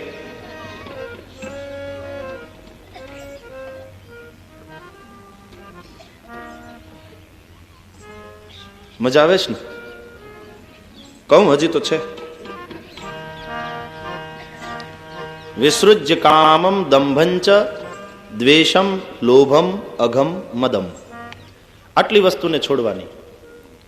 કામ, દંભ, દ્વેષ, લોભ, પાપ અને અભિમાન, આટલું છોડવાનું. પોતાના બાપા પૈસા વાળા હોય ને પોતાના સાસરા થોડા આર્થિક રીતે ગરીબ હોય તો બાપના ઘરના પૈસાનું પત્નીએ ધણીની પાસે અભિમાન ન કરે. હે મારા બાપાને ઘેર તો ગાડીમાં ફરતી હતી, અહીં બસ ભાડાના પૈસા નથી. આવું જો બોલે તો એનું દાંપત્ય બગડે. અહંકાર નહીં, લોભ નહીં, પાપ નહીં, અને બહુ મહત્વની વાત એ કે દંભ નહીં. દાંપત્ય બતાવું દંભ કેવો હોય, સાંભળો. રાતના 11:30 થાય, પેલો હજી આવ્યો ના હોય. રસોઈના તપેલા એમને એમ ડાઇનિંગ ટેબલ ઉપર મૂકી વાટ જોતી જોતી ઝોલે ચડી ગઈ હોય. એમાં 11:15 બેલ પડે, દરવાજો ખોલે. જેવો અંદર આવે એટલે વધારે, આ કંઈ આવવાનો ટાઈમ છે. અડધી રાત થઈ, ટાઢું થઈ ગયું બધું રાંધેલું. પેલો કે મહત્વનું કામ હતું, વેપારીઓ આવ્યા હતા 12 ગામથી, પતાવવું પડે એમ હતું. એને હવારની ગાડીમાં જવાનું હતું. ઠીક, લ્યો કપડાં બદલો, હાથ પગ ધોઈને આવો, ત્યાં સુધી પાછું ગરમ કરો. ઠરી ગયું બધું. પછી બે જમી લઈએ. એટલે પેલો કપડાં બદલતા બદલતા વળી પાછો એમ બોલે કે તું એ નથી જમી, તારે તો જમી લેવું જોઈએ, પછી મારી રાહ ક્યાં સુધી જોવાની. એટલે પાછી એમ કે દાળના ટોપિયાને ગેસ ઉપર મૂકતા, અમારે કંઈ તમારા વગર થોડું જમાય છે, તમે ન જમો ત્યાં સુધી થોડો કોળીઓ મોઢામાં મુકાય. પણ ક્યાંથી જમે? 7 વાગે શાકભાજી લેવા ગઈ ત્યારે પાઉંભાજી ઠપકારીને આવી હતી. ક્યાંથી જમે? ભૂખ લાગી હોય તો જમે. આ દંભ છે. એ કોક દિવસ પહેલાને ખબર પડે કે આ પાઉંભાજા ઠપકારે છે શાકભાજી લેવા જાય ત્યારે, તો કેવું માન ઉતરી જાય. વિસૃજ્ય કામમ દંભં ચ દ્વેષમ લોભમ અઘમ મદમ અપ્રમત્તોદ્યતા નિત્યમ. આળસ નહીં હોવું જોઈએ, નિત્ય ઉદ્યમી પણ. બપોર થયું નથી, વાસણ મંજાઈ ગયા નથી, ને ઝાડુ પોતું થયા નથી કે તરત આડે પડકે થઈ જાય ઠેઠ હાંજના 5:30. એવું નહીં. અને ઓલો બચારો ભાગશાળી, બુસ્કોટના બટન તૂટી ગયા હોય 2 ઉપલા ને દરરોજ ટાંકવાનું કહેતો હોય, પણ ક્યાંક બપોરે કંઈક કરે તો ટાંકે. 1:30 વાગ્યાનું લંબાયું હોય, 5:30 પોસ્ટમેન ઉઠાડે, ટપાલ. નિત્ય ઉદ્યમી પણ. એના બદલે બપોરના કંઈ ને કંઈ કામ લઈને બેસે, ભરત છે, પેલું છે, બીજું છે, ત્રીજું છે. આવા બધા ગુણો વડે માતા દેવહૂતિએ પોતાના પતિ કરદમને પ્રસન્ન કર્યા છે. શરીર સૂકવી નાખ્યું પતિની સેવામાં, આંખો ઊંડી ઉતરી ગઈ. અને એક દિવસ પતિનું ધ્યાન ગયું, દેવી, દેવહૂતિ, આ તમે છો? આહા, મેં મારા જપ તપમાં તમારી સામે દ્રષ્ટિ ન કરી અને તમે મારી સેવામાં શરીર સૂકવી નાખ્યું. તુષ્ટો હમત્ય તવ માન વિમાન દાયા. હે મનુપુત્રી, આજે હું તમારાથી તુષ્ટ છું, સંતુષ્ટ છું. પતિ જ્યારે આમ બોલે ત્યારે પત્નીનું જીવવું સફળ. સ્ત્રીની 2 ઈચ્છા હોય છે. એ 2 ઈચ્છા પૂરી થાય એટલે એ જીવનમાં પૂર્ણતાનો અનુભવ કરે. એક સારો પતિ મેળવવાની, અને પછી પુત્રવતી થવાની, સારા સંસ્કારી પુત્રની માતા થાય. 2 વસ્તુ થાય એટલે પછી સ્ત્રી જીવનમાં પૂર્ણતાનો અનુભવ કરે. પોતાના તપોબળથી દિવ્ય વિમાન બનાવ્યું. દેવહૂતિને આજ્ઞા કરી સરોવરમાં સ્નાન કરો. દેવહૂતિએ સરોવરમાં સ્નાન કરતા શરીર રૂષ્ટપુષ્ટ થયું. ગંગાદી સરિતાઓ દાસી બની અને આ પતિવ્રતાની સેવા કરવા વિમાનમાં પ્રવેશ કર્યો. એમના દિવ્ય દાંપત્યના યોગે એમને ત્યાં પહેલા 9 કન્યાઓ થઈ. એ નવધા ભક્તિનું રૂપ છે. અને ભક્તિના ફળ સ્વરૂપ ભગવાન પછી 10મા સંતાન તરીકે આવ્યા. માતા દેવહૂતિથી સાક્ષાત સાંખ્ય યોગના આચાર્ય પ્રગટ થયા. બોલીએ કપિલ ભગવાન કી જય. ષડ દર્શન છે આપણે ત્યાં. સાંખ્ય, યોગ, ન્યાય, વૈશેષિક, પૂર્વ મીમાંસા અને ઉત્તર મીમાંસા. 6 દર્શનના આચાર્ય જુદા જુદા. સાંખ્યના આચાર્ય કપિલ ભગવાન, યોગના આચાર્ય પતંજલિ, ન્યાયના આચાર્ય ગૌતમ ઋષિ, વૈશેષિકના આચાર્ય કણાદ ઋષિ, પૂર્વ મીમાંસા જેમાં કર્મ માર્ગનું નિરૂપણ છે એના આચાર્ય જૈમિની ઋષિ, અને ઉત્તર મીમાંસા જેનું બીજું નામ બ્રહ્મસૂત્ર છે એના આચાર્ય ભગવાન વેદવ્યાસ. એક સાતમું સ્વતંત્ર દર્શન છે એનું નામ ભક્તિ દર્શન, એના આચાર્ય છે નારદ અને શાંડિલ્ય. એટલે આપણે ત્યાં બે ભક્તિ દર્શન છે, નારદ ભક્તિ સૂત્ર અને શાંડિલ્ય ભક્તિ સૂત્ર. તો સાંખ્ય દર્શનના આચાર્ય છે કપિલ ભગવાન. ભગવાન કપિલ પ્રગટ થયા, સૌ પ્રસન્ન થયા, દેવતાઓ આવ્યા, બ્રહ્માજી આવ્યા અને ઋષિઓને સાથે લાવ્યા. બ્રહ્માજીએ કહ્યું છે, હે કરદમ, તમે તો બ્રહ્મને બેટો બનાવ્યો, મારી આજ્ઞાનું રૂઢી રીતે પાલન કર્યું. તમે તો પ્રતિજ્ઞા કરી છે એક પુત્ર થાય પછી સંન્યાસ લઈશ, પણ સંન્યાસ લેતા પહેલા તમારે તમારી જવાબદારી પૂરી કરવી જોઈએ. આ 9 કન્યાના પિતા છો, એના હાથ તો પીળા કરવા જોઈએ ને. એમને એમ થોડું ઘર છોડીને સંન્યાસી થઈ જવાય છે. ભગોડો કે લીએ ભગવાન નહીં, अपनी जिम्मेदारी ठीक से निभाए. માટે મારી સાથે આ 9 ઋષિઓ આવ્યા છે, એની સાથે તમારી 9 કન્યાઓને પરણાવો. એટલે અત્રિની સાથે અનસૂયાને પરણાવ્યા, વશિષ્ઠ સાથે અરુંધતીને પરણાવ્યા, કશ્યપ સાથે પૂર્ણિમાને પરણાવ્યા. આમ 9 કન્યા 9 ઋષિઓને પરણાવી. તે ઋષિઓ પોતાના આશ્રમોમાં ગયા પોતાની પત્નીઓને લઈને. હવે કરદમ ઋષિએ ભગવાનને વંદન કર્યા, પ્રદક્ષિણા કરી, પોતાની ઈચ્છા અનુસાર, પોતાની પ્રતિજ્ઞા અનુસાર વનમાં જતા રહ્યા. સંન્યાસ લીધો છે, મુક્તિને માર્ગે સંચર્યા. માતા દેવહૂતિએ વિચાર કર્યો, મારા પતિએ મુક્તિનો માર્ગ લીધો અને મને મુક્તિ આપે એટલા માટે આ પુત્ર મુક્તા ગયા છે.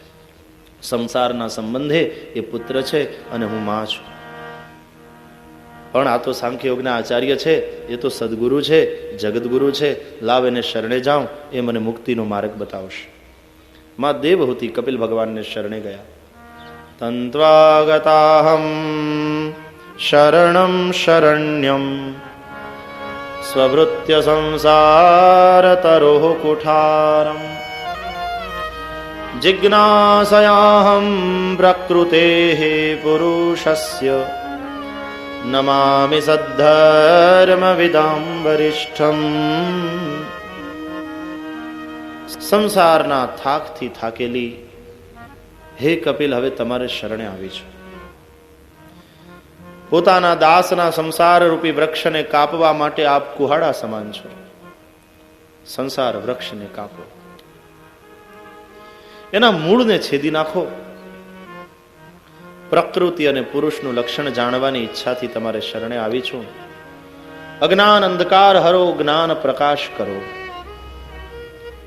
યદિ સ્વમાતુર્નિરવદ્યમીપ્સિતમ નિશમ્ય પુંસામપવર્ગવર્ધનમ ધિયાભિનന്ദ്યાત્મવતાં સતાં ગતિમ ગતિર્બભાષૈષસ્મિત શોભિતાનન.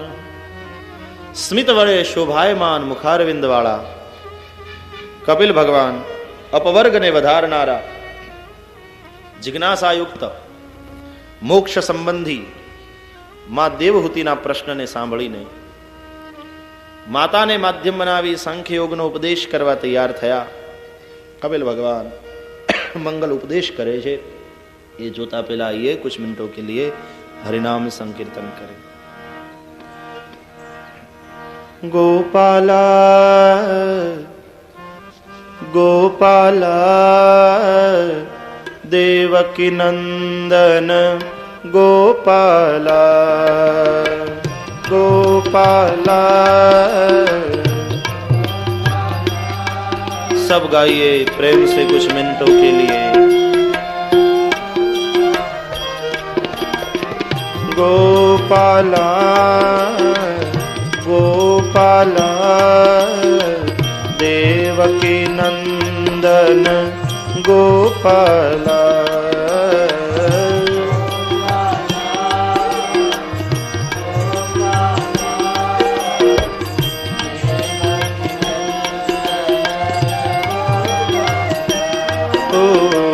नंदलाला नंदलाला यशोमती नंदन नंदलाला।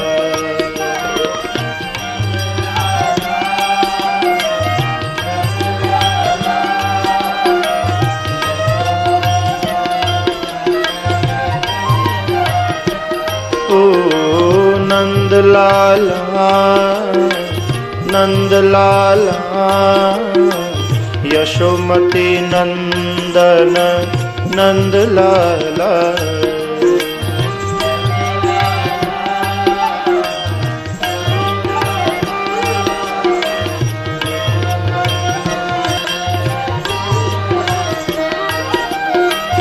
गोपाला गोपाला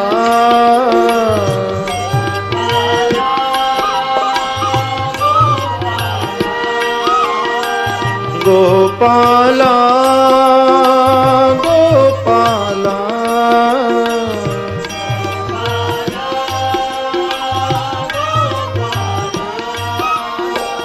देवकी नंदन गोपाला।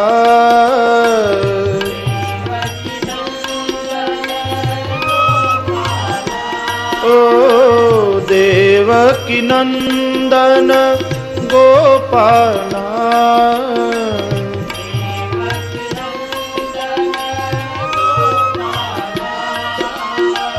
गोपाला गोपाला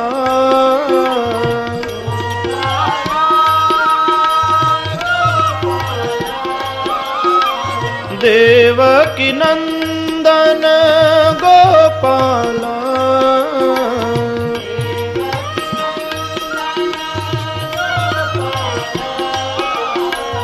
गोपाला गोपाला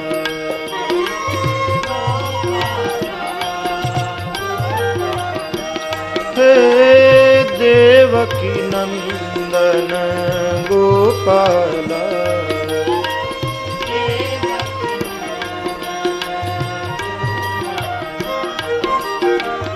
नंदलाला नंदलाला यशोमती नंदन नंदलाला। पुरुषोनो अवाज नहीं आवतो, थोड़ा निकालो मेरे भाई।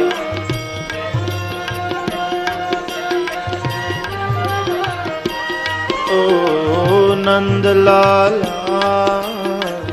नंदलाला यशोमती नंदन नंदलाला।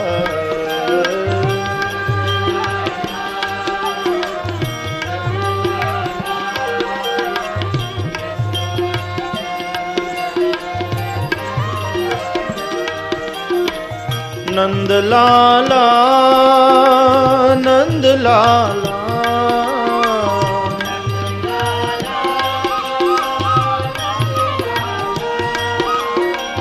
यशोमती नंदन नंदलाला।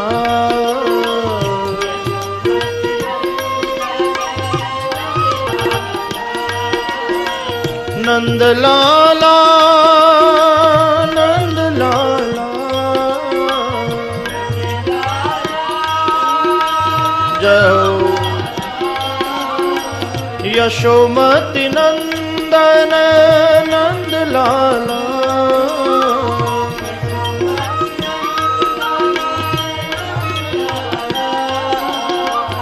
नंदलाला नंदलाला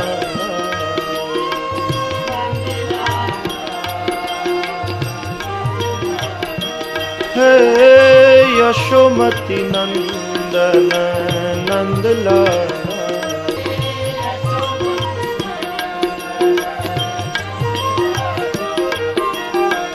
नंदलाला नंदलाला यशोमती नंदन नंदलाला।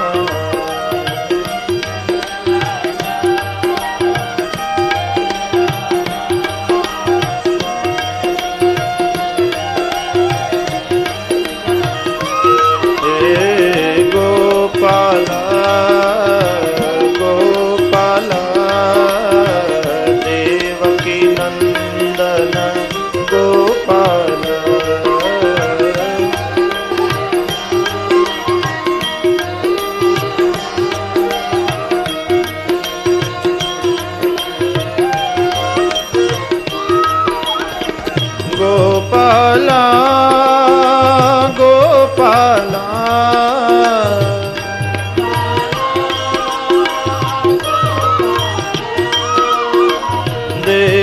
देवकी नंदन गोपाला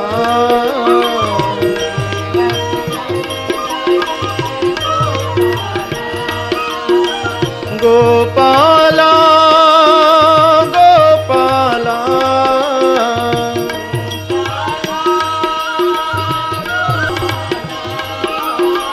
देवकी नंदन गोपाला जय हो गोपाला गोपाला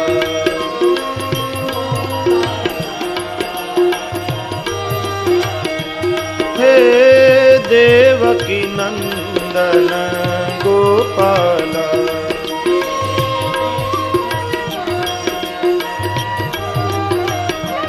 ओ गोपाला गोपाला देवकी नंदन गोपाला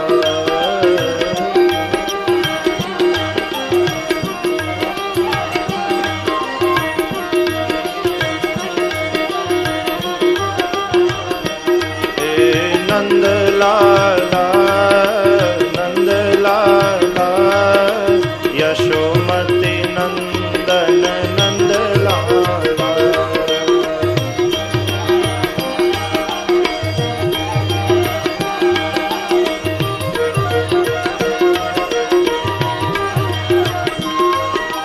नंद लाला नंद लाला यशोमती नंदन नंद लाला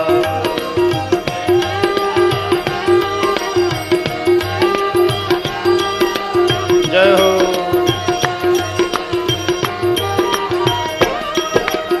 गोपाला गोपाला देवकी नंदन गोपाला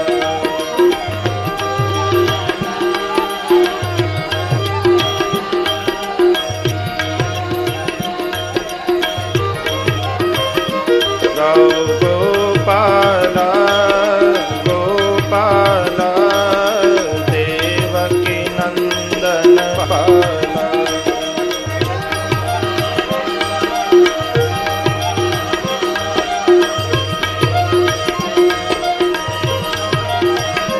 गाओ नंद लाला नंद लाला यशोमती नंदन नंद लाला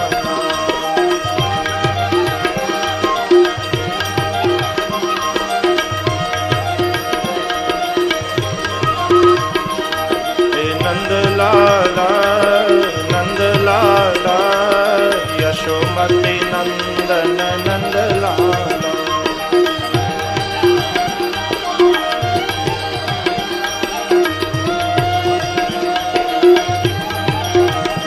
गाओ गोपाला गोपाला देवकी नंदन गोपाला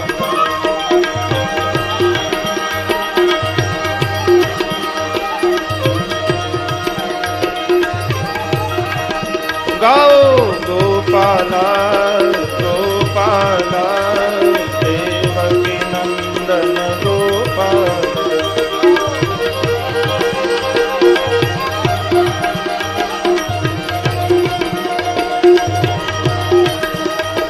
देवकी नंदन गोपाला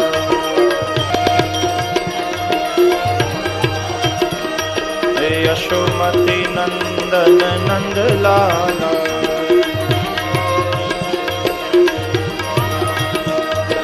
देवकी नंदन गोपाला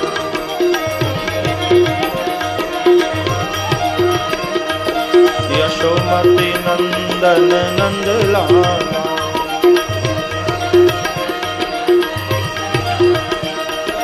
देवकी नंदन गोपाला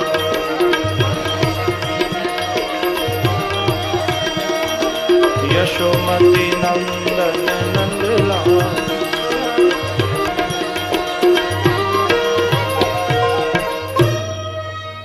गोपाला ગોપાલા દેવકી નંદન ગોપાલા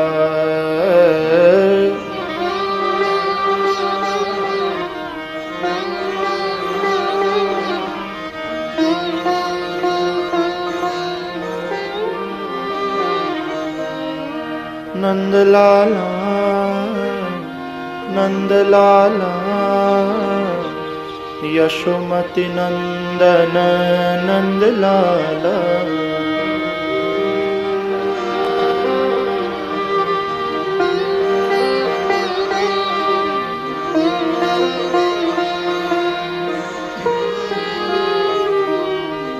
દેવકી નંદન ગોપાલા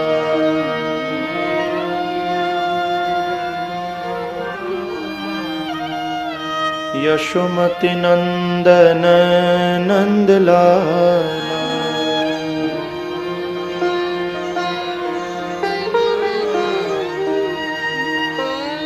યશોમતી નંદન નંદલાલા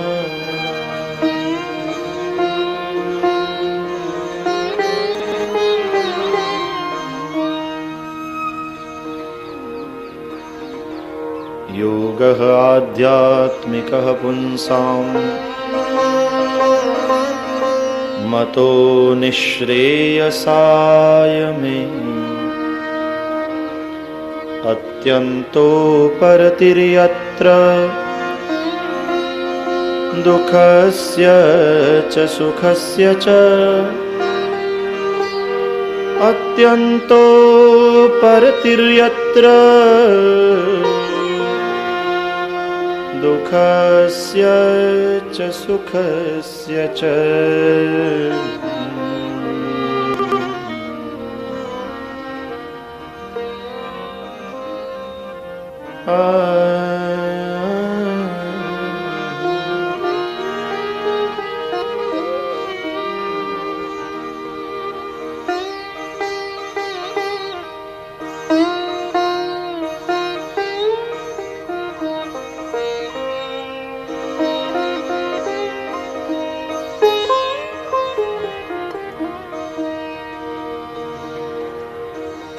પચીસમા અધ્યાયથી તૃતીય સ્કંદમાં કપિલ ગીતા છે.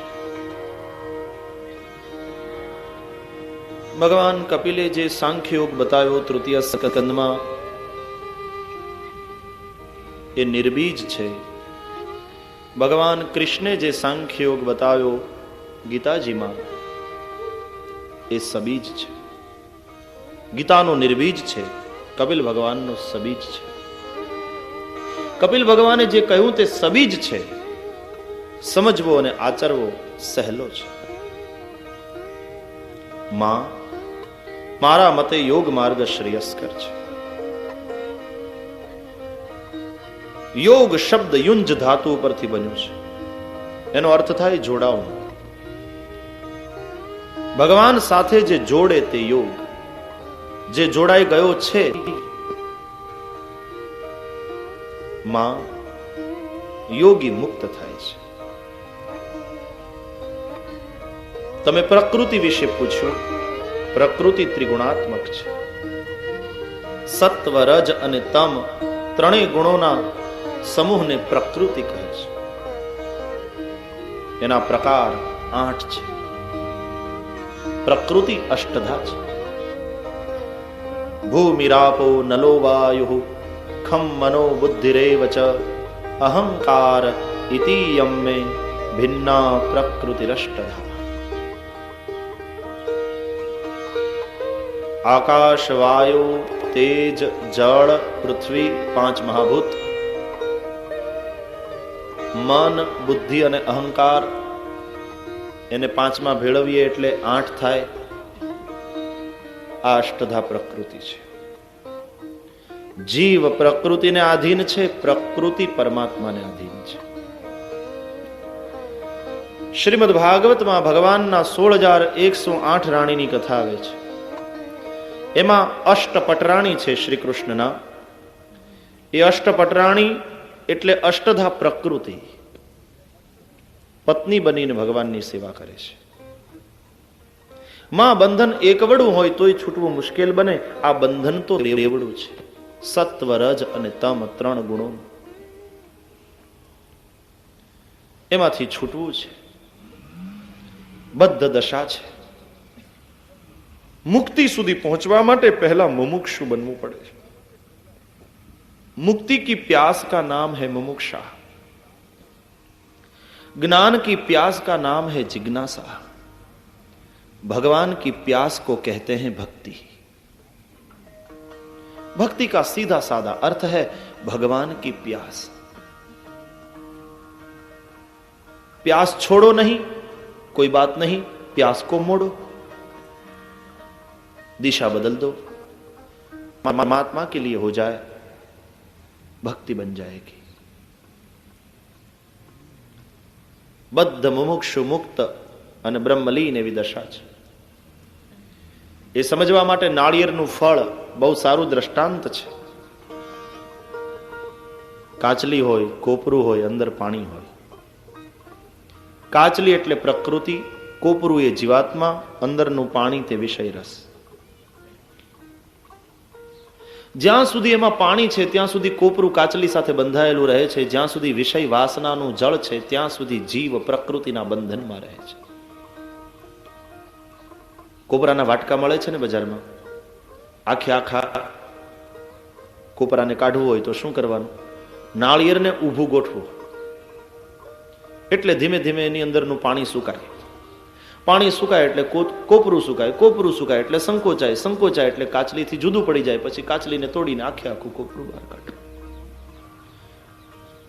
પાણીને સુકવવા માટે કોપરાને, નાળિયેરને ઊભી દશામાં રાખવું પડે.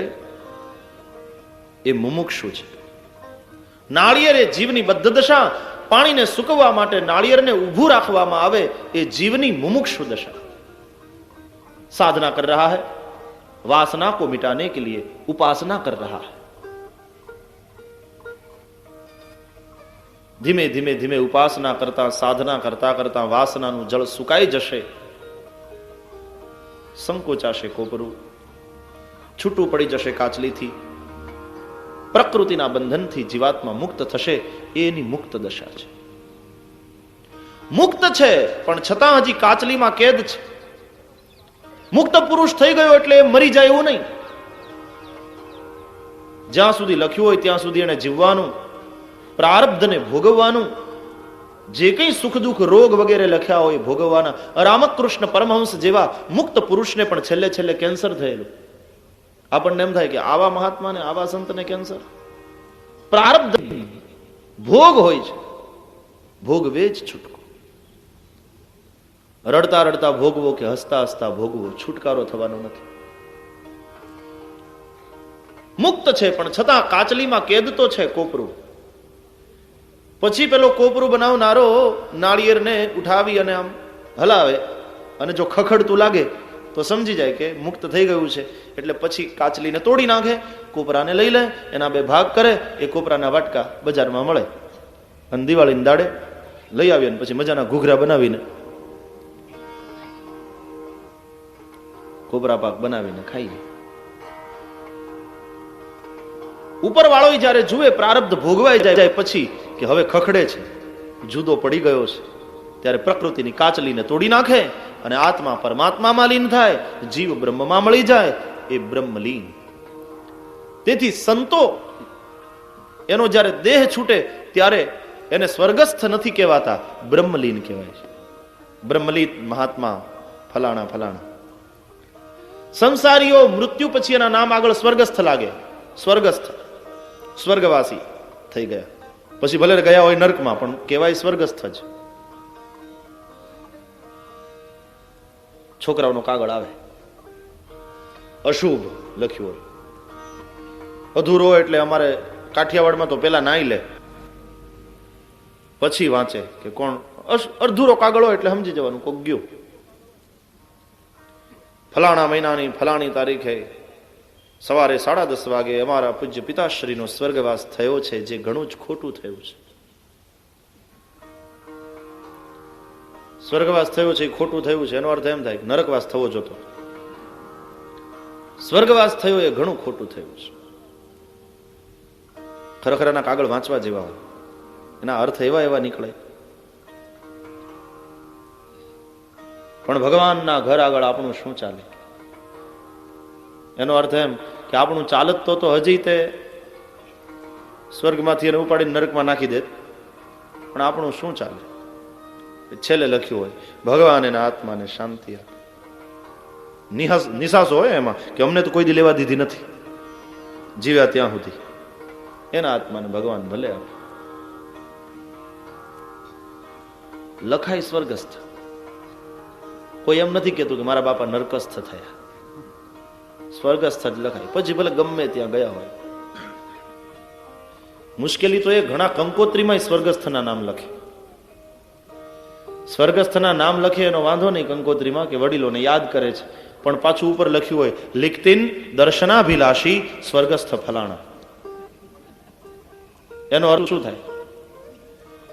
એ સ્વર્ગસ્થ થઈ ગયા છે ને તમારા દર્શનની અને અભિલાષા છે, એટલે તમે ગુજરી જાઓ એમ, અને ત્યાં જાઓ. એ આમંત્રણ આપે છે કે શરાપ આપે છે કઈ ખબર ન પડે. સ્વર્ગસ્થના નામ લખવા હોય તો પછી દર્શનાભિલાષી ન લખાય. ખરેખર ઘણે ઠેકાણે અમારે એક મુંબઈમાં એક સ્ટોર છે કાપડનો, દિગંબર જૈન વસ્ત્ર ભંડાર. બોલો, મેં કીધું હદ કરી નાખી. દિગંબર જૈન વસ્ત્ર ભંડાર, વસ્ત્ર ભંડાર ને દિગંબર. મેં પૂછ્યું, મને કે દિગંબર હોય તો જ અમારું હાલે ને, પહેર્યા હોય ને હું પહેરાવીએ. જ્યાં જેનું નહીં પારખું ત્યાં તેનું નહીં કામ, ધોબી બિચારા ક્યાં કરે જ્યાં દિગંબરોનું ગામ. દિગંબરના ગામમાં ધોબીનો ધંધો હાલે?